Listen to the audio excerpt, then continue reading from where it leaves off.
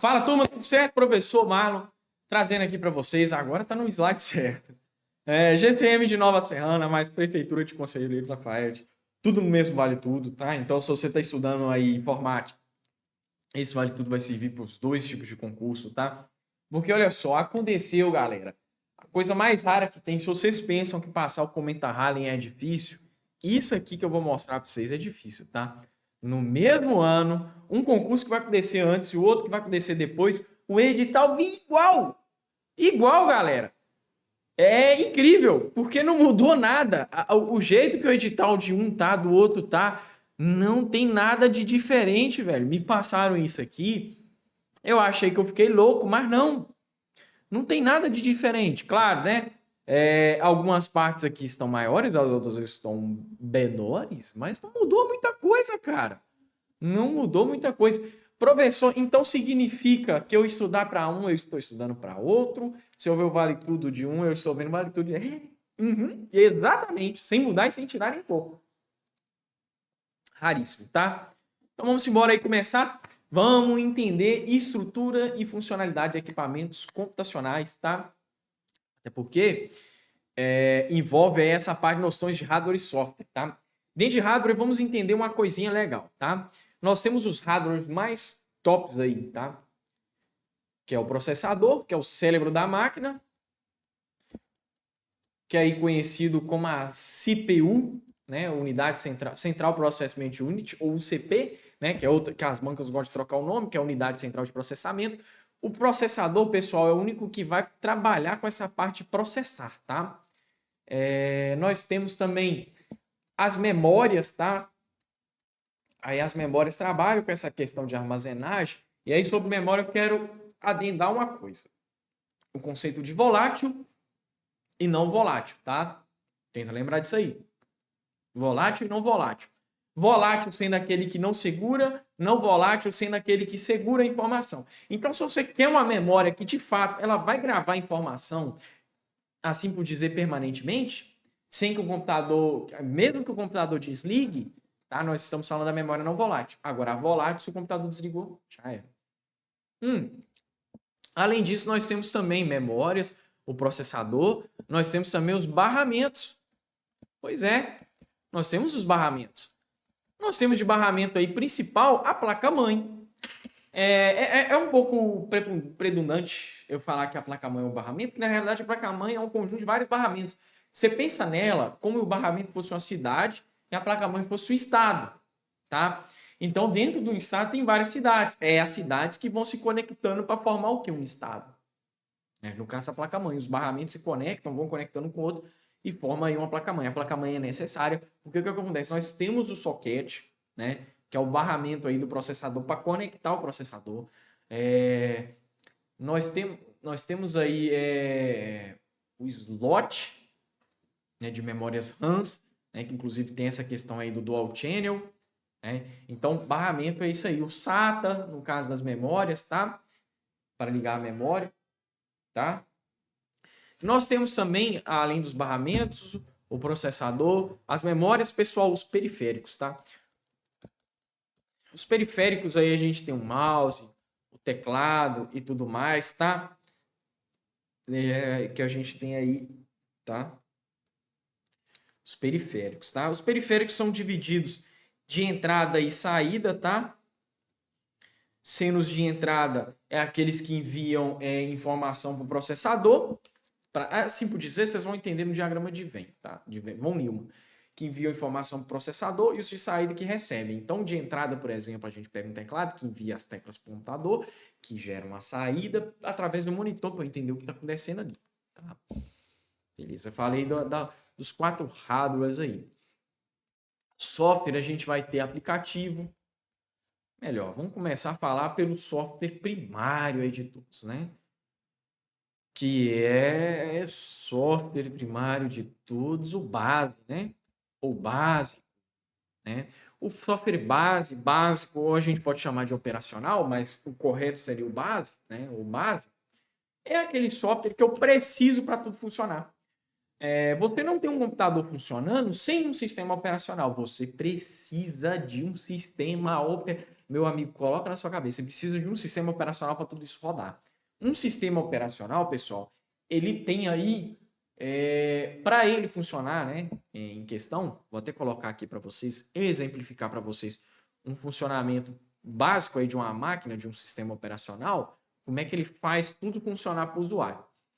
No nível mais baixo, a gente tem um hardware, tá?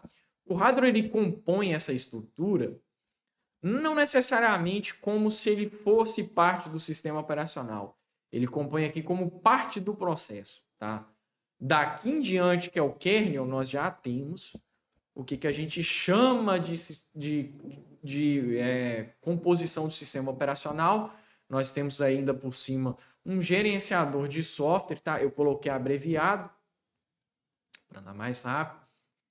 E aqui nós temos uma interface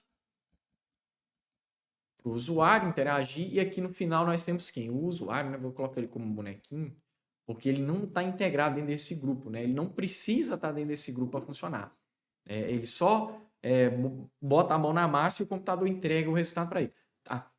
Aqui embaixo do hardware, tá? Ele comunica numa linguagem de baixo nível. O que isso quer dizer? A linguagem de baixo nível ela não consegue ser entendida pelo humano. O ser humano não consegue entender a linguagem da máquina, né, do hardware. Ele precisa de quê? De um intérprete, de alguém para traduzir. O kernel. O kernel, que é o núcleo do sistema operacional, vamos lembrar disso aí, ele envia essas requisições de hardware para o gerenciador de software, o gerenciador de software manda isso para a interface e o usuário consegue interagir com a interface. O usuário, pessoal, você aí que está usando um computador celular, você está interagindo com o seu computador através de uma interface. No caso aí, a interface gráfica, né? Que está tudo bonitinho, porque se fosse interface de linha de código, ia ser pique Matrix, né? E outra coisa também, o usuário também, ele como interator, né, uma pessoa que interage, não necessariamente fazendo parte dessa cadeia, né, para tudo funcionar, mas como uma mero interaginte, não sei nem se existe essa palavra, mas olha o neologismo aí, né?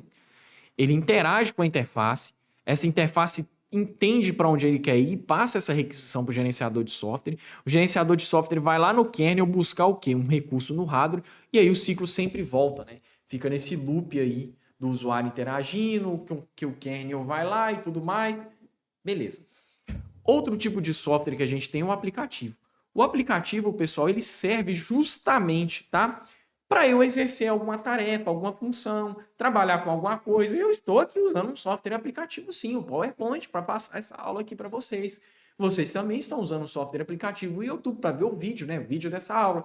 Mas no seu celular pode ter, por exemplo, outro tipo de software aplicativo. Ah, professor, mas peraí, isso não é conceito de computador, não?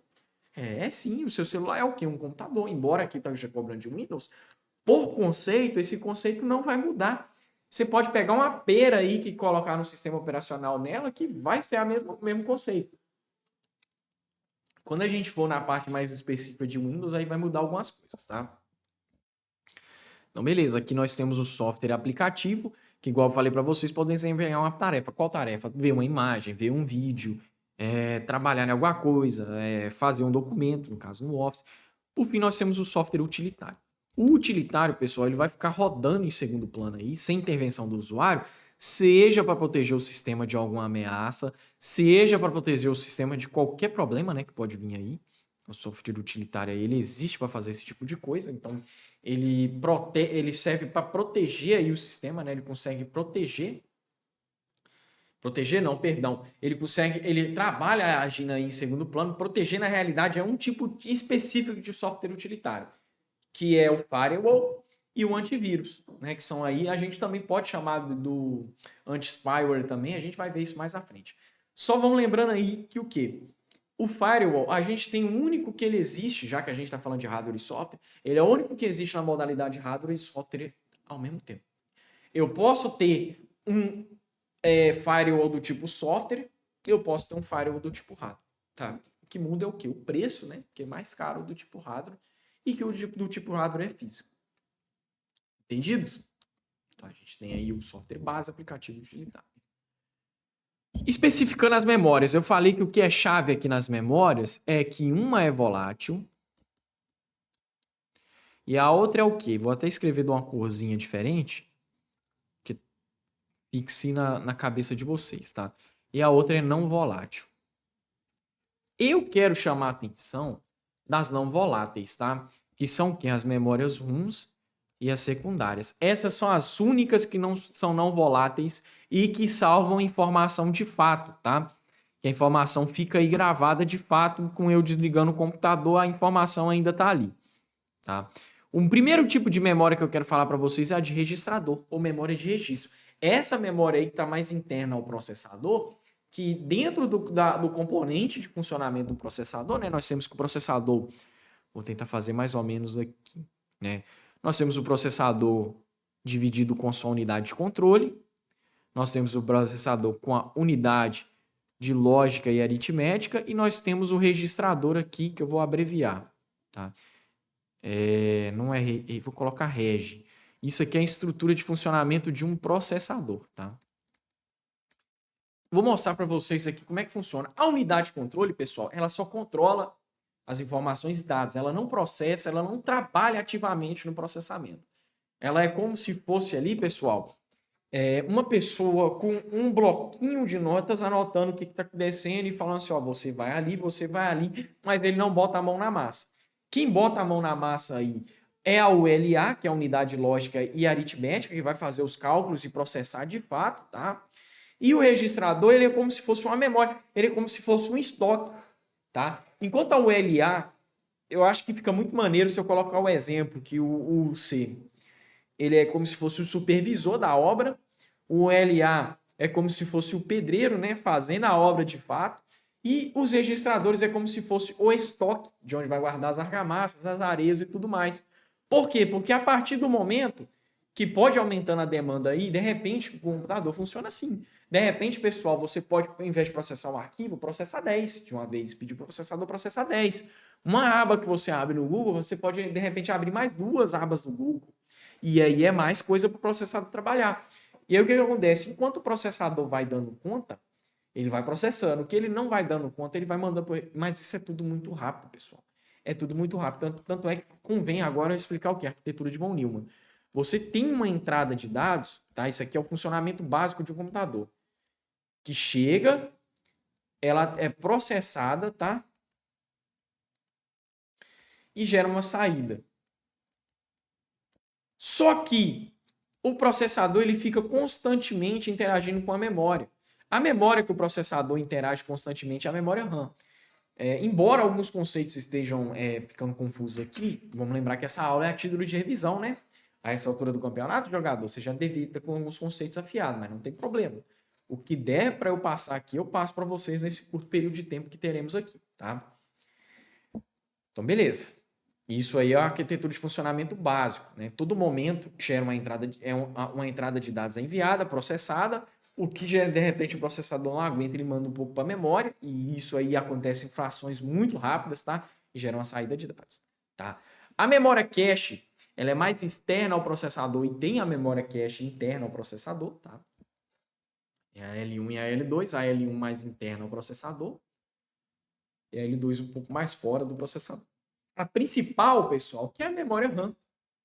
Essa é a nossa memória principal aí, que chama memória RAM, memória de acesso aleatório. Tá? Ela funciona também de forma coadjuvante com o processador. Agora, aquela memória que você gosta de guardar as coisas, as fotos, ela está aqui na memória secundária. Tá?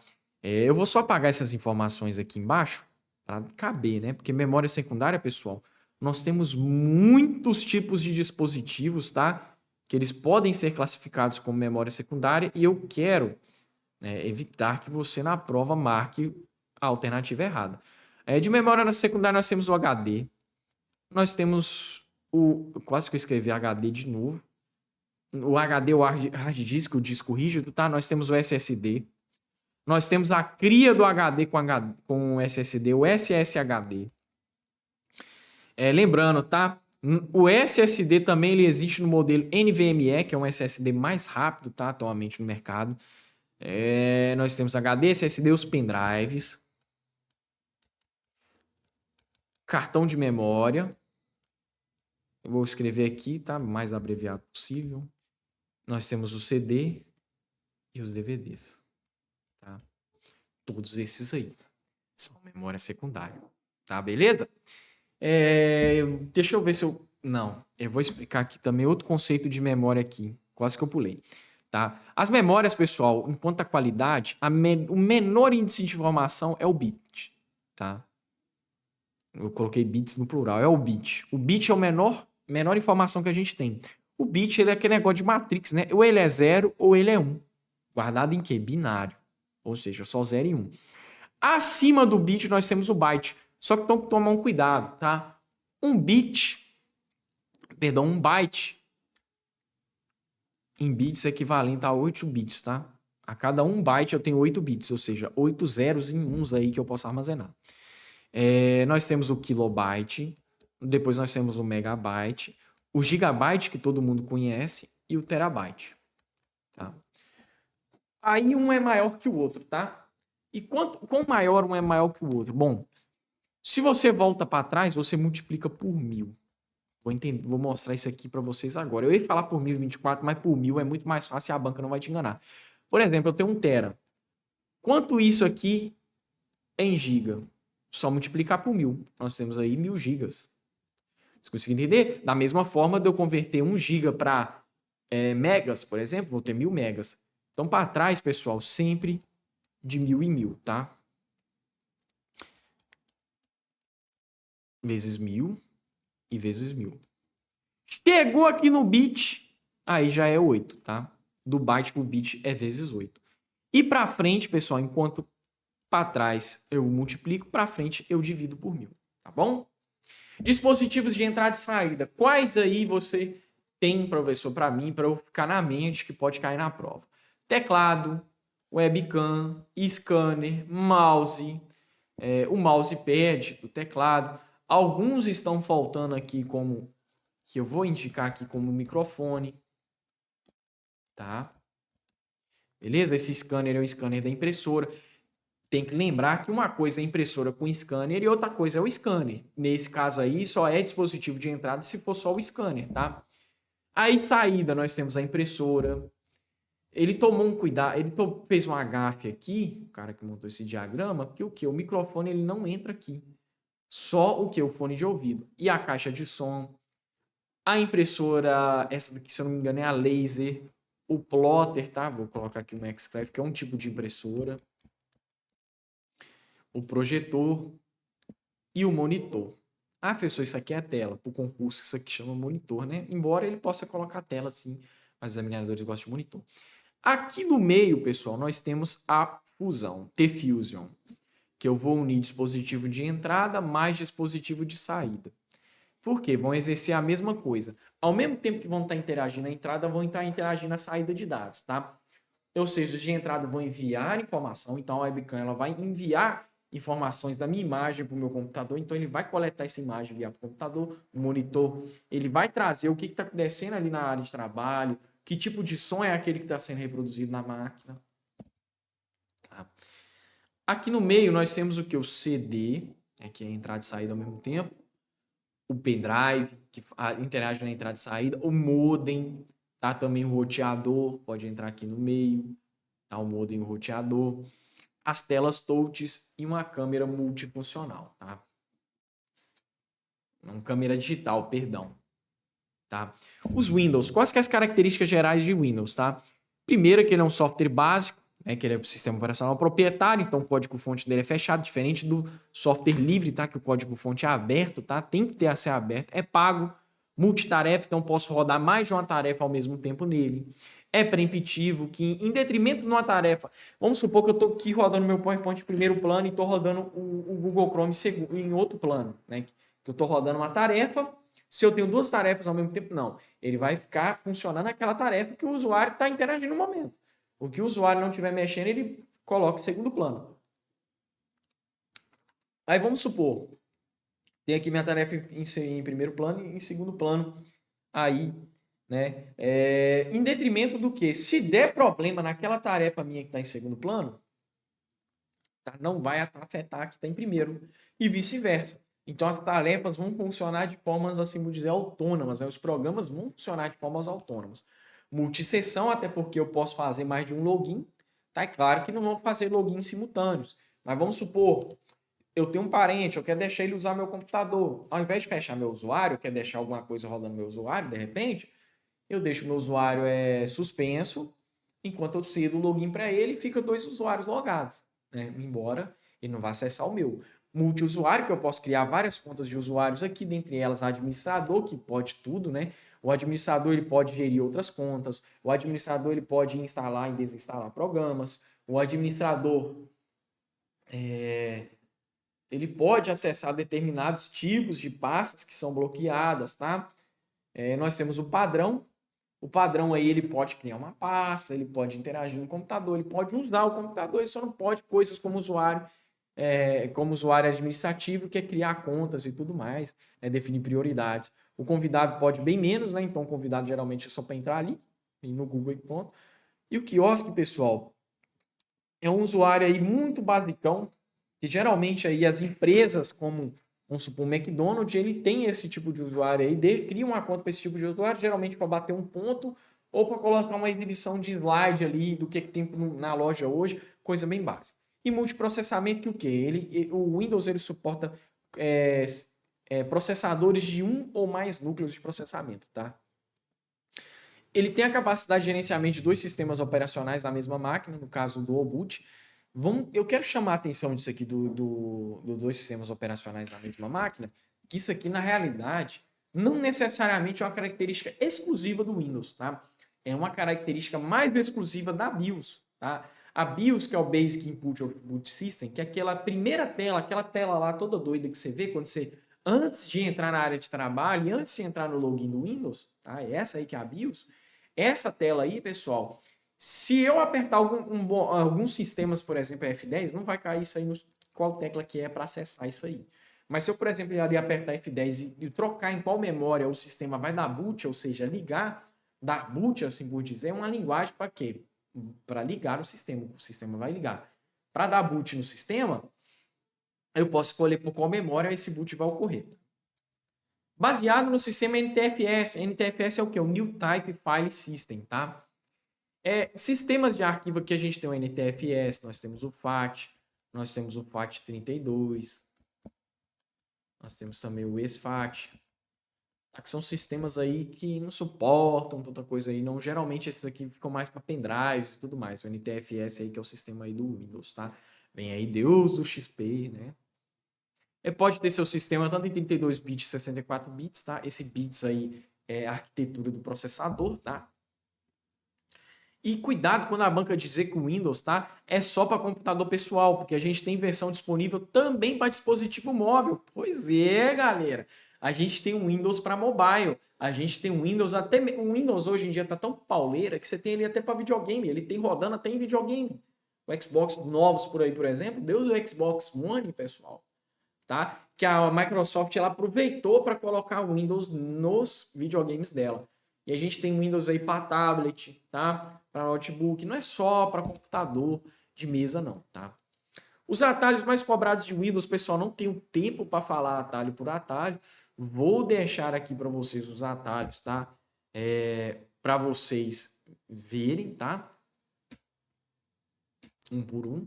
Beleza, aqui eu já tenho que comentar que é o quê? Estamos em extensões e arquivos, tá?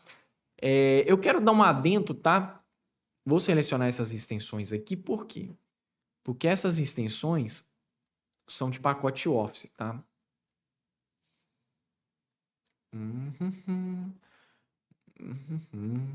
Tá, beleza. Preste muita atenção. Vocês estão reparando que tem X em um e não tem X na outra? Esse X indica que o quê? O Office, após 2007, ele foi baseado em XML, tá? Por quê? Daí que vem o X. Por que foi baseado em XML?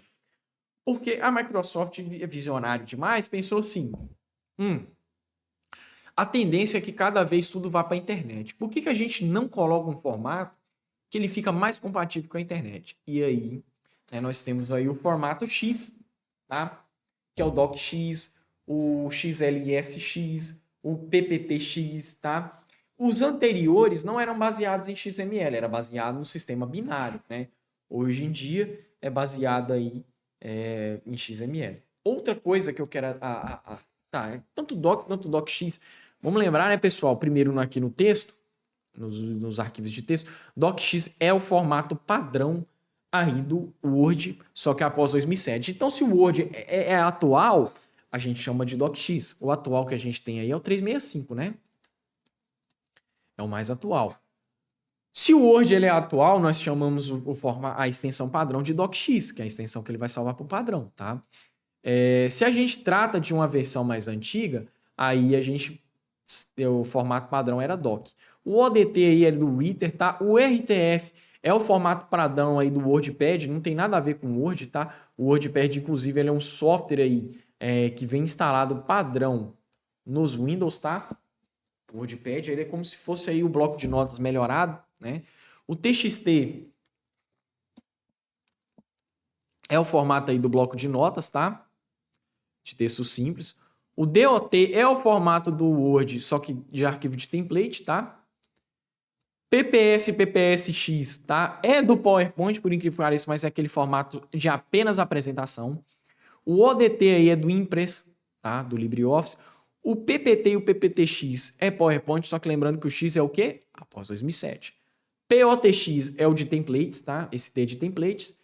PPSM e PAM tem macros, tá? E POTM, templates e macros, tá? Esse T vem de template, esse M vem de macro. XLS e XLSX, ambos são do Excel, só que vamos lembrar aqui que o que tem X é o quê? Excel após 2007, isso aí. CSV, pessoal, é o formato de separação de dados por linhas, tá? Ou eu gosto de chamar ele de formato de planilha simples. O ODS aí é do cálculo. Imagem, pessoal, as que eu gosto de recomendar vocês para estudar, né, que tem chance de cair no concurso. JPG, também existe no formato JPEG, que dá na mesma. PNG, GIF e BMP. Esses são os 4 formatos, né, que a gente, se for incluir esse aqui, né, dá até 5, né? Mas padrões de cair.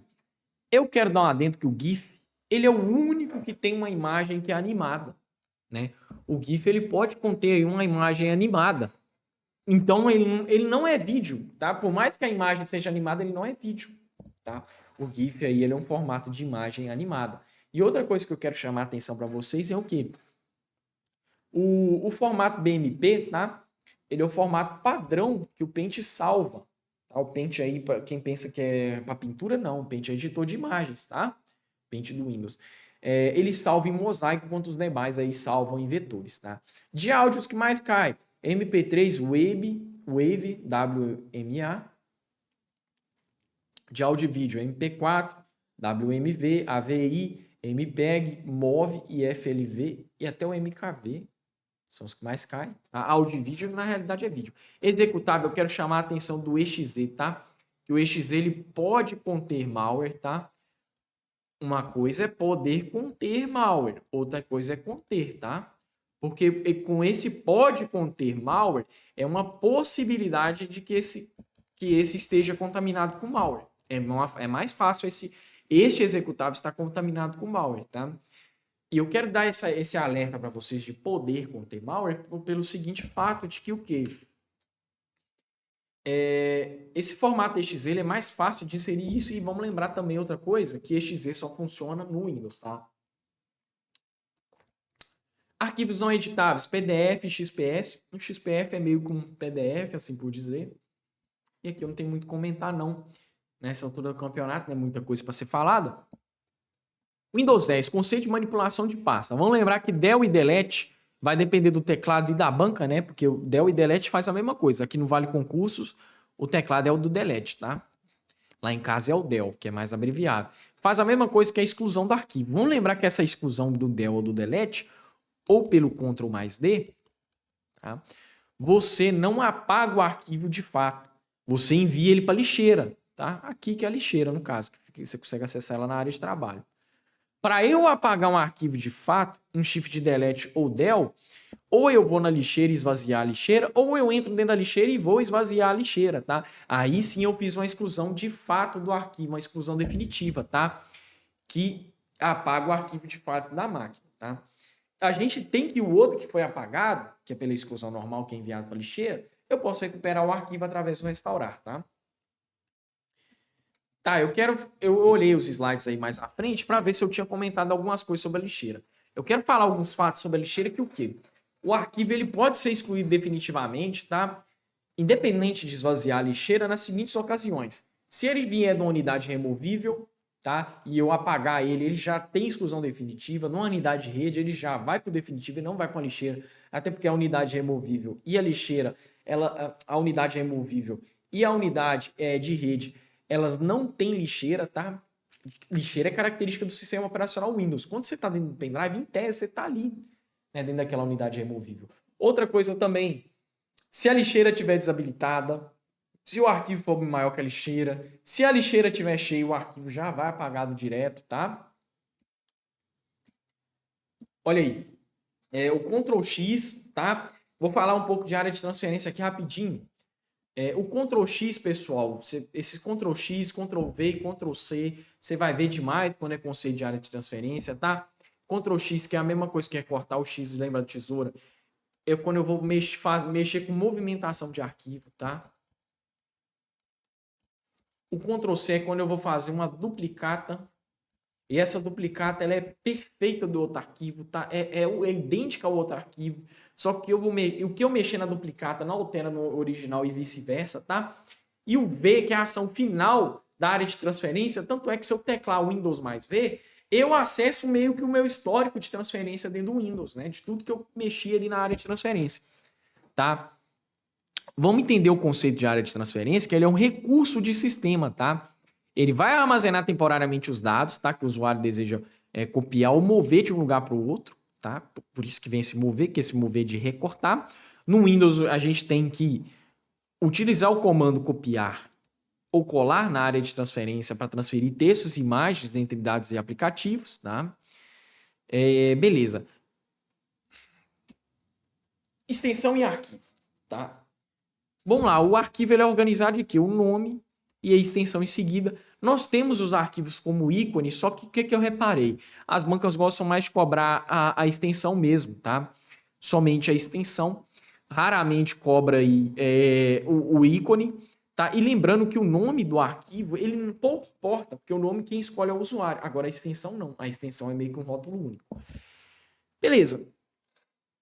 Aqui é um diretório aqui em acima, tá? Vamos lembrar que diretório ele é organizado em contrabarra, tá? É a divisória de um diretório. Se nós temos uma contrabarra dupla, esse diretório ele existe dentro de uma rede, tá? De uma unidade de rede. Tá? O disco local C aqui, por exemplo, é um diretório raiz, assim como o disco local D, que pode ser também um diretório raiz, tá? Assim como também a gente tem que os discos locais F aí são mais para diretórios removíveis, tá? Vamos lá. A gente tem aqui, pessoal, que a gente está na pasta, a pasta aberta é sempre a última, tá? Nós estamos dentro da pasta Dicas para o YouTube e eu pergunto a vocês, se eu quiser acessar essa pasta aqui, aulas e planos, né? Qual desses dois eu utilizaria?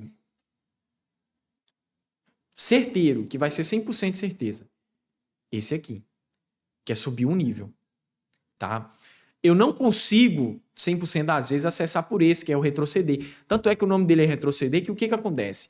Se eu estava aqui, sei lá, no usuário Marlon Faria, e dentro dessa pasta tinha um atalho, tá? Um atalho ele é organizado assim, eu posso ter atalho de pasta, tá, pessoal? Vamos lembrar disso aí. Tinha um atalho para acessar diretamente e ir direto para a pasta Dicas para o YouTube, tá? O que vai acontecer quando eu clicar aqui? Eu vou para onde? Eu vou para cá ou eu vou para cá? Eu vou para cá. Se eu apertar aqui, não. Se eu apertar aqui, eu venho para cá. Tem que tomar muito cuidado com isso, tá? Beleza? Lembrando que arquivo não tem... pasta não tem extensão. A pasta ela vai organizar arquivos, subpasta e atalhos de programa. Tem banca que gosta de chamar de armazenar. Em tese, não, tá? Que não armazena de fato, não. Quem armazena é a memória secundária aí. Isso aqui, pessoal, são todos atalhos, tá? Que a gente sabe pelo desenho que característico que tem no ícone. Isso aqui não. Isso aqui é de fato o programa original ali e esse aqui é de fato a pasta original. Uma pasta pode ter atalho, um arquivo pode ter atalho também, tá? Nomes de arquivos que não são aceitos no Windows. Antes de falar dos nomes de arquivos não aceitos no Windows, eu quero falar que o Windows, tá? Ele é case insensitive, ou seja, ele não vai diferenciar, mesmo que esteja escrito de tamanhos diferentes de letras, mas escrito pelo mesmo tipo a mesma coisa, ele não vai entender o que um é diferente do outro. Por exemplo, se eu escrevo com vale com maiúsculo, vale todo maiúsculo e vale todo minúsculo, para ele é a mesma coisa, tá? Agora, se na minha pasta eu tenho assim, ó, um vale.pdf, um vale.txt e um vale.doc, pergunta a vocês, vai dar algum problema? Não. Nesse caso aqui não dá problema, por quê? Embora os nomes sejam iguais, as extensões são diferentes. Mesmo se eu tenha numa pasta algo escrito, sei lá, marlon.pdf e fraga.txt, não, perdão, .pdf, eu pergunto a vocês, vai dar algum problema? Não. Extensão diferente, pessoal. Extensão igual, nome diferente, não dá problema. Nome igual, tá? E extensão diferente, não dá problema. O que dá problema é o quê? Nome igual e extensão igual. Aí sim, os dois iguais dá problema, tá? O Windows, pessoal, ele tem outra característica. Os nomes que não são aceitos, o Windows, pessoal, ele diz não ao baseado. Porque não fuma essa merda de maconha, né? Que é o baseado. É um mnemônico que vai ajudar você a entrar ali dentro da corporação e você vai encontrar esse tipo de substância aí e prender esse tipo de meliante, né? O barras, qualquer tipo de barra ele não aceita. Aspas, mas somente a dupla. Somente as aspas duplas, tá? Os sinais de maior e menor. Interrogação.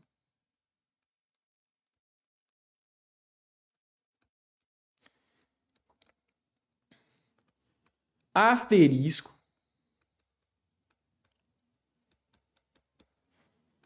E 2 pontos. Esses sinais aí, tá? Que não é aceito no arquivo. Você não consegue ter um arquivo assim, ó. Vale interrogação PDF. Não vai, tá? A área de trabalho. Vamos conhecer a área de trabalho. Primeiro aqui nós temos o botão iniciar, tá? O menu iniciar, no caso. Né? Eu consigo abrir ele também com Ctrl mais ESC, tá? Inclusive aí um concurso que eu fiz tinha isso aí como alternativa, tá? Caiu isso aí. Nós temos o pesquisar, tá? Inclusive eu posso pesquisar por voz e ele pesquisa pela internet, tá? Aqui nós temos o visão de tarefas que nós podemos criar áreas de trabalho virtuais. Barra de tarefas na realidade é isso aqui tudo, né? Mas essa parte aqui dedicada que a banca gosta de pegar para chamar de barra de tarefas. Nós temos a área de notificação aqui no canto e a central de ações também. Tá, isso aqui é o plano de fundo. Isso aqui são os demais ícones e tudo que tem na área de trabalho. Rede. Ai, rede. Começando pela primeira, né? A PAN. Que a PAN é a Personal Area Network, tá? Personal. E tem coisa demais aqui, tá? Area Network. A rede de área pessoal. Uma PAN, pessoal, ela é criada com o seguinte objetivo. O usuário, ele tem ali o Bluetooth dele, tá? Ou melhor dizendo, ele tem ali ligado no cabo do celular dele, né? Ali no computador, e ele integra o computador com o celular, e é isso. Essa rede é muito pequena, tá? Lembrando que essas redes aqui, ó, até aqui o que importa é o quê? Tamanho, extensão geográfica. É mais geografia do que informática, tá? Então a PAN, você lembra que é aquela rede de quê, pessoal? Que é do tamanho de um quarto só, tá? A LAN, né, que é a Local Area Network, tá? Não vai mudar esse negócio de área network, tá? Eu só vou colocar essa abreviaturazinha aqui para você entender que é tudo a mesma coisa, tá? Nós temos a LAN, que é a Local Area Network. Qual que é a geografia da LAN? Né? Que o que importa é isso. A banca não pode fugir disso aí. Tamanho de uma casa, tamanho de um prédio, tamanho de uma empresa, tamanho de um laboratório, tá? Nós não temos uma LAN do tamanho de uma cidade. Cuidado com isso, tá? Nós podemos ter uma LAN do tamanho de um quarto? Podemos, tá? Tanto uma LAN, tanto uma PAN. Mas se a banca quiser especificar, né, uma ou outra, ela tem que tirar, ou ela fica com a LAN alternativa, ou fica com a PAN alternativa, ou ela explica que Joãozinho quer criar para um espaço muito curtinho, né? WLAN, pessoal, esse W, tá? Ele vem de wireless, sem fio, tá? Então, quando eu tenho uma WLAN, eu tenho uma LAN sem fio, tá? Uma MAN, que no caso é uma metropolitan, aí já temos aí do tamanho de uma metrópole. Metrópole, pessoal, também é sinônimo de município, que também é sinônimo de cidade, tá? Vamos tomar cuidado com isso. Se a banca dizer, olha, prefeito João quer fazer uma rede do tamanho aí de uma cidade, então ele vai ter que fazer no modelo MAN, tá? E a WAN, pessoal, essa daqui já é diferente, tá? Essa já é a Wide Area Network. A gente tem que a internet wide, tá? Que é extensa. A gente tem que a internet vale-se desse conceito.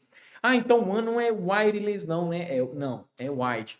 A gente tem também, pessoal, além da WWAN, da WLAN, nós temos a WPAN, a WMAN, tá?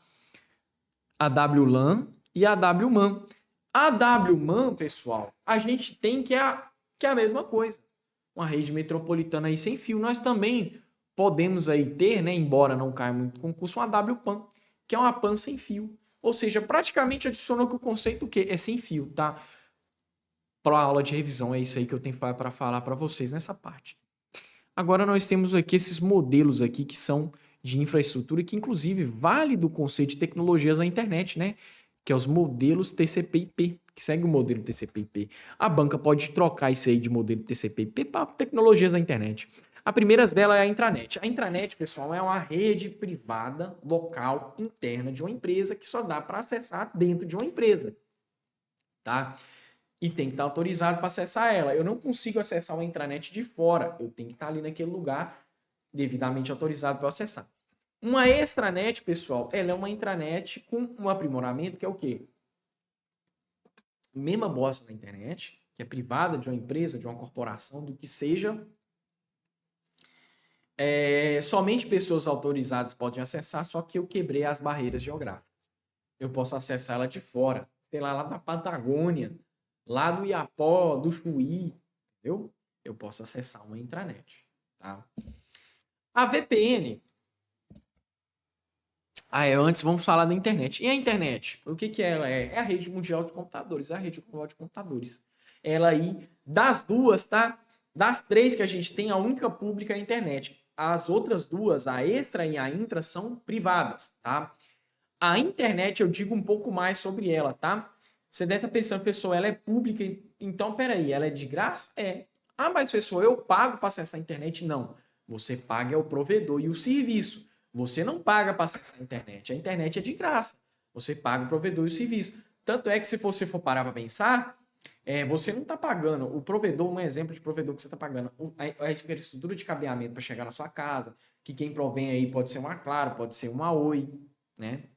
Uma VPN, uma Virtual Private Network, uma rede virtual privada, tá? O que acontece nessa daqui, na VPN? A VPN, pessoal, ela se vale de um conceito de uma rede privada, só que ela criptografa as informações para você acessar a internet através de um tunelamento de dados. E a backbone que a gente tem de último aí, não, falei rapidinho o conceito de VPN. A backbone que a gente tem de último é a espinha dorsal que a gente tem, que é o que é toda a infraestrutura, a arquitetura da rede mundial de computadores, que é a internet.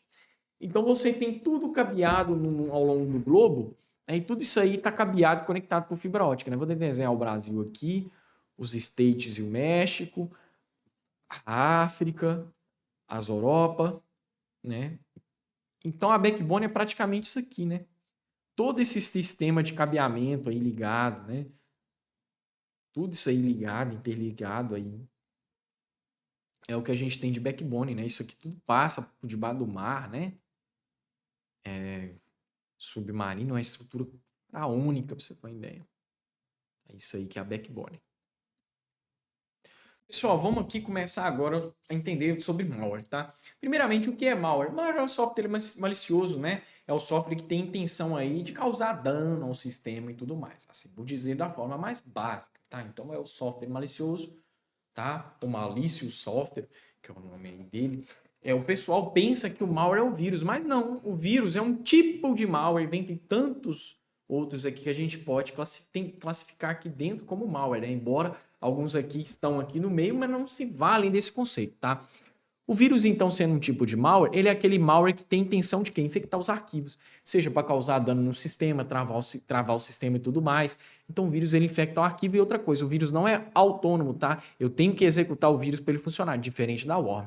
A worm não, pessoal. A worm, ela é autônoma, o interesse dela é explorar vulnerabilidades da rede e ela se auto-replica através da rede, tá? Então, ela funciona de forma independente, eu não preciso de clicar para ela funcionar. O cavalo de Troia, que é o Trojan aí, a intenção dele, ele é meio que o malware coringa, né? Qual que é a intenção dele? No caso aí, a intenção dele é causar invasão no sistema, é invadir, né? Controlar o sistema, tá?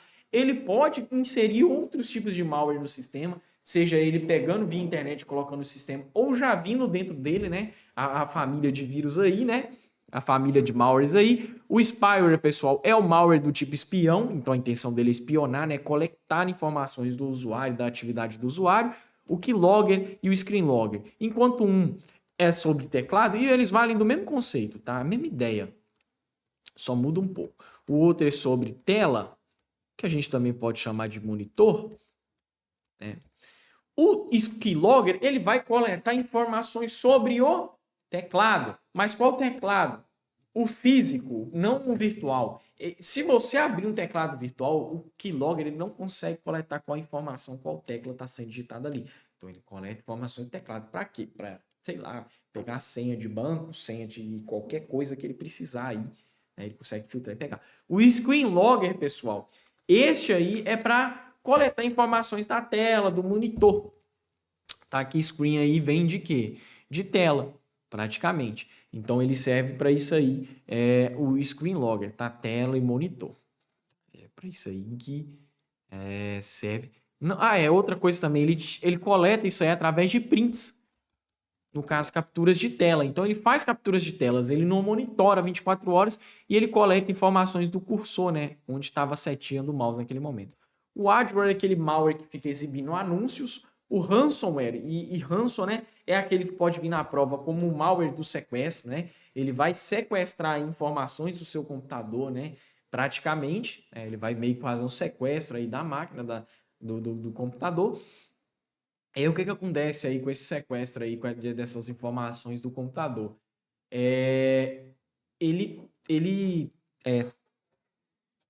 Ele bloqueia, trava o sistema, criptografa o sistema e exige um valor em resgate, tá? Nem sempre, mas a banca coloca, ele vai criptografar tudo. Mas nem sempre ele vai criptografar tudo. Às vezes ele vai só travar algum tipo de arquivo ou outro, ou ele pode, né, no caso, travar e criptografar o sistema inteiro. O spam, pessoal, é aquela mensagem indesejada de e-mail. Ele não é um malware necessariamente, mas eu coloquei aqui por quê? Existe banca que não entende o que é o conceito de malware por sua totalidade, que são programas, e acaba colocando esse bichinho aí no meio de bobão, né? O spam, pessoal, no caso, é aquele tipo de mensagem indesejada de e-mail, né? É aquela mensagem aí que você não quer, te enviam, né? Ah, compra isso aqui, que não sei o quê, né? O rootkit, pessoal, é um conjunto de ferramentas e práticas e técnicas do hacker para quê? Para garantir que ele invada, para garantir que o programa dele funcione e para garantir que tudo dê certo ali para a invasão dele. E o rootkit é mais difícil de tirar. O Smurf, pessoal, né? Nossa, Smurf é que desenho, né, professor? Não. O Smurf ele é uma forma aí de ataque de negação de serviço distribuído, no caso aí o DOS, né? Que o DOS é um ataque de negação que ele sobrecarrega o sistema e ele deixa a rede, o computador inoperável. O sniffing, né? Que nome feio da moléstia, né, professor? O sniffing aí, ele é interceptação no tráfego das informações das redes computadores, tá? Praticamente isso. O spoofing, olha outro nome doido aí, né? É uma técnica de fraude cibernética em que alguém vai se disfarçar como uma fonte confiável, tá? Em comunicações eletrônicas direcionado a uma pessoa, site ou servidor, tá? E o scamming é praticamente um golpe virtual, né? O scam, né? Que é um golpe, tá? Embora eles deveriam estar aqui em golpes virtuais, eu tenha colocado ele aqui, o que que aconteceu? Eu coloquei ali, inclusive, por quê? Porque os concursos que cobram sobre golpe digital, né, estão vindo mais esses aqui. Quando cobra sobre malware, vem mais aqueles ali, mas nesse concurso está vindo os ambos, tá? O phishing, pessoal, basicamente consiste naquele tipo de golpe virtual que o quê? O golpista, né? Porque não necessariamente é um hacker. Ele não precisa de conhecimentos avançados em intrusão e invasão, não. Ele precisa do bom e velho gogó e que o gogó dele caiba bem. Então ele pode te mandar um e-mail, uma mensagem dizendo que é o Banco do Brasil. E nossa, você olha lá e você se convence que é o Banco do Brasil, né? Que o Banco do Brasil tem uma herança colossal, milionária para você. Eu recebo isso aí, né? Uma pena que, infelizmente, eu nem sei de onde vieram meus parentes ao certo, né? A maioria aí veio tudo do mato, nem se sabe se é índio ou pessoa que fugiu de alguma coisa, né? Mas e existe até hoje essa comunidade, né? É tipo uma cidadezinha, né? No meio do mato. Isolada de tudo, mas tem internet, né? Olha que doido. O phishing, pessoal, ele é como se fosse, tá? O invasor ele te induzir a alguma fonte, a algum site falso, ou pelo próprio e-mail que você passe as informações para ele vir lá e ó, pescar suas informações com ele, no caso. Ele praticamente ele deixa aquilo lá, a armadilha para você colocar sua informação e você levar. Você estranha e fala assim, uai, essa herança tá demorada para cair na minha conta, por que será? Aí depois você vê sua conta tá inacessível, né? Porque ele pegou, né? O farming, pessoal, consiste em um phishing mais avançado. Porque o farm ele envenena o DNS, então Domain Name Service. O que acontece? O Domain Name Service ele vai converter o quê? Todo site ele tem um IP, né? Vou colocar aqui um exemplo de IP. Né? Vamos supor que esse é a fonte original. Se o DNS foi envenenado, no caso aqui, o DNS aqui foi envenenado, o que vai acontecer? Né? Vou desenhar uma caveirinha aqui. Se o DNS foi envenenado, ele, em vez de te redirecionar aqui, vai te redirecionar para a página onde o hacker quer. E ele fica muito mais convincente. O que acontece? De forma quase que transparente, na hora que você vai acessar o site, muda para o outro. E aí, o trabalho desse tipo de invasor é o quê? Desse tipo de golpista é o quê? Ele tentar te convencer o máximo possível do que aquele site é legítimo. Então, ele tenta colocar o design todo igualzinho. Nós temos aqui que o hoax é praticamente o boato, né? No caso, é um boato aí que se espalha pela internet. Ah, fulano aí falou Jesus, escreveu D com deu D minúsculo e virou um rato, um hamster. Essas notícias absurdas, algumas são absurdas demais e outras são muito convincentes, né? Porque se passam de instituições reais. E a engenharia social é a origem de todos esses males aqui, porque o que acontece? A engenharia social é praticamente uma arte, né? Uma engenharia de convencer a pessoa a fazer esse tipo de coisa aqui, né? De passar assim de bom grado. Então, praticamente a engenharia social pode ser entendida aí como o gogó, né? Já que o conceito é um pouquinho maior, né? Deixa eu ver aqui. Nossa, é muita coisa para falar. Pessoal, princípios da segurança da informação. Esses aqui são os princípios, tá? Sobre proteção, como o tempo nosso aqui está curto, eu quero falar de alguns aqui rapidinho. O antivírus não protege só sobre vírus, tá? O antivírus ele vai te dar proteção contra malware, tá? O anti-spyware não, já é de boa. O anti-spam aí nos e-mails tem para proteger de spam. O Windows Update vale-se daquele conceito de segurança, aquela máxima de segurança da informação que o quê? Quanto mais atualizado meu sistema é, melhor, tá? Então, não só para o Windows Update, para qualquer atualização. O Windows Defender, tá? Que também ele pode vir aí como Microsoft Defender. Microsoft Defender ou Microsoft Windows Defender. Ele é o antivírus nativo aí do Windows, tá? Que vem de fábrica no Windows. Criptografia, pessoal. Criptografia aí é o que a gente tem, tá? Ele praticamente torna as informações aí do sistema inelegíveis, tá? só pessoas com a chave de autorização conseguem acessar. O firewall, pessoal, ele funciona como se fosse um porteiro do sistema, tá? Eu vou explicar esse negócio de porteiro. Eu gosto de usar esse exemplo porteiro, que ele é bonitinho e perfeito. Sempre usei ele no presencial, seja no que for. Tá? Eu desenhando um muro aqui, o que acontece? Ele tem uma lista, tá, de regras que você, usuário, passa para ele, porque ele não é autônomo, ele não decide as regras por ele mesmo. Aí chega uma entrada de dados, ele confere na lista se pode entrar ou não. Se não pode, ele barra. Do mesmo jeito da saída. Então, tanta entrada, tanta saída de informações da internet, tá, que passa pela internet, ele, de acordo com as regras, ele bloqueia ou deixa passar. Se chega uma requisição nova, ele passa isso aí para você. Backup, né, cópia de segurança, eu vou falar mais na frente aqui agora. Tá? O backup completo, tá, vai fazer cópia de todos os arquivos sem distinção. Tá? Pelo fato de copiar tudo, o backup vai ser bem mais lento, mas a restauração é simples, né? Já que não tem distinção, é só restaurar tudo de uma vez. O incremental, pessoal, só vai copiar modificado desde o último backup, independente do tipo de backup, se ele foi completo, diferencial ou até mesmo incremental, tá? Que tem mais informações. E o diferencial ele vai copiar somente os dados modificados desde o último backup completo, tá?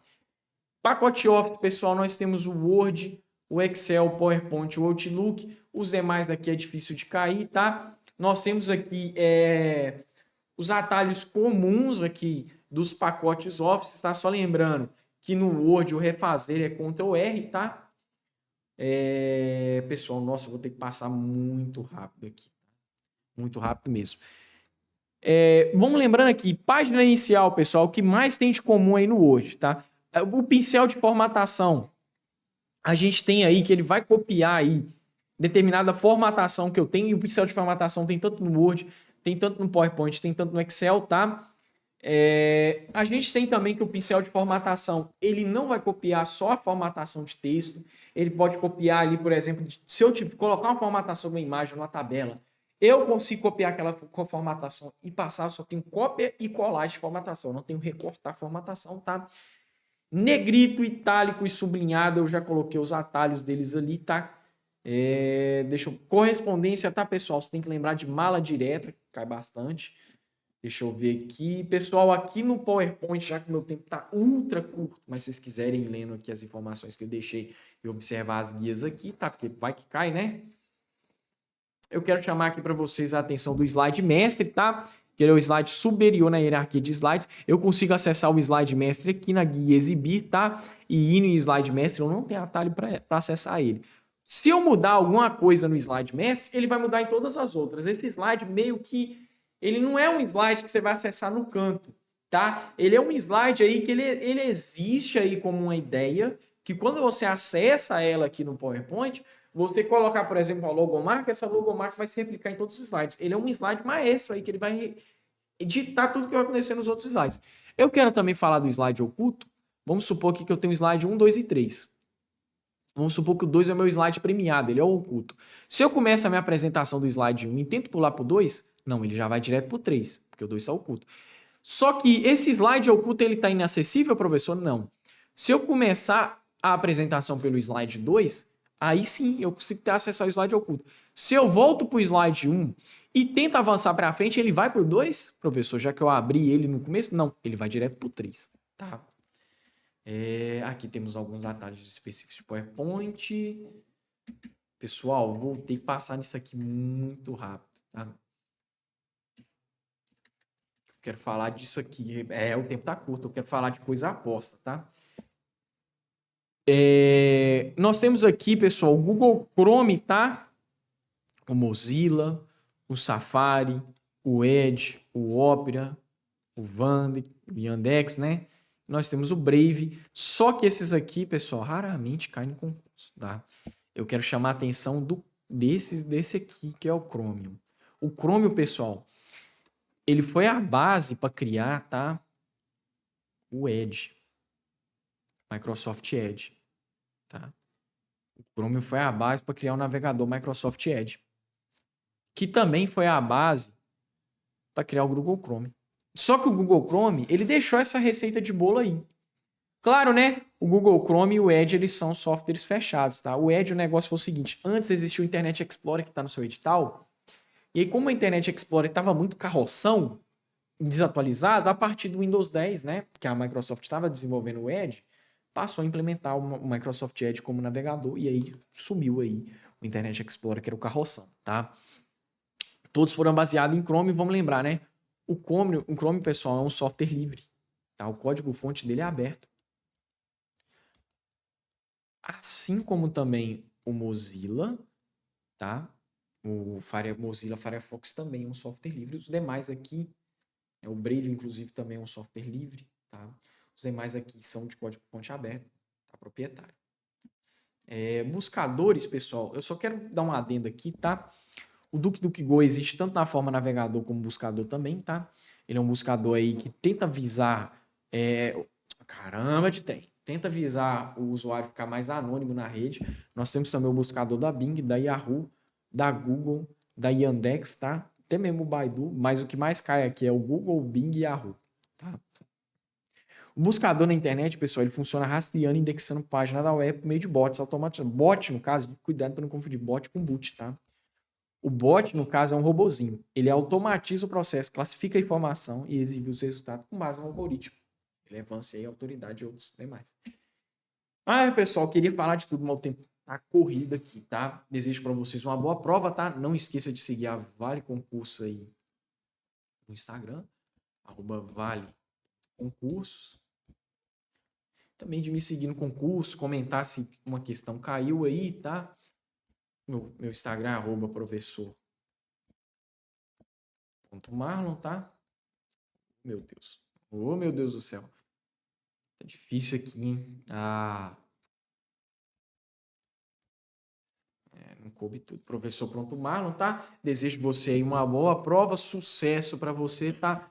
E fiquem com Deus, tá? Pessoal, continue conosco que aqui vale a pena.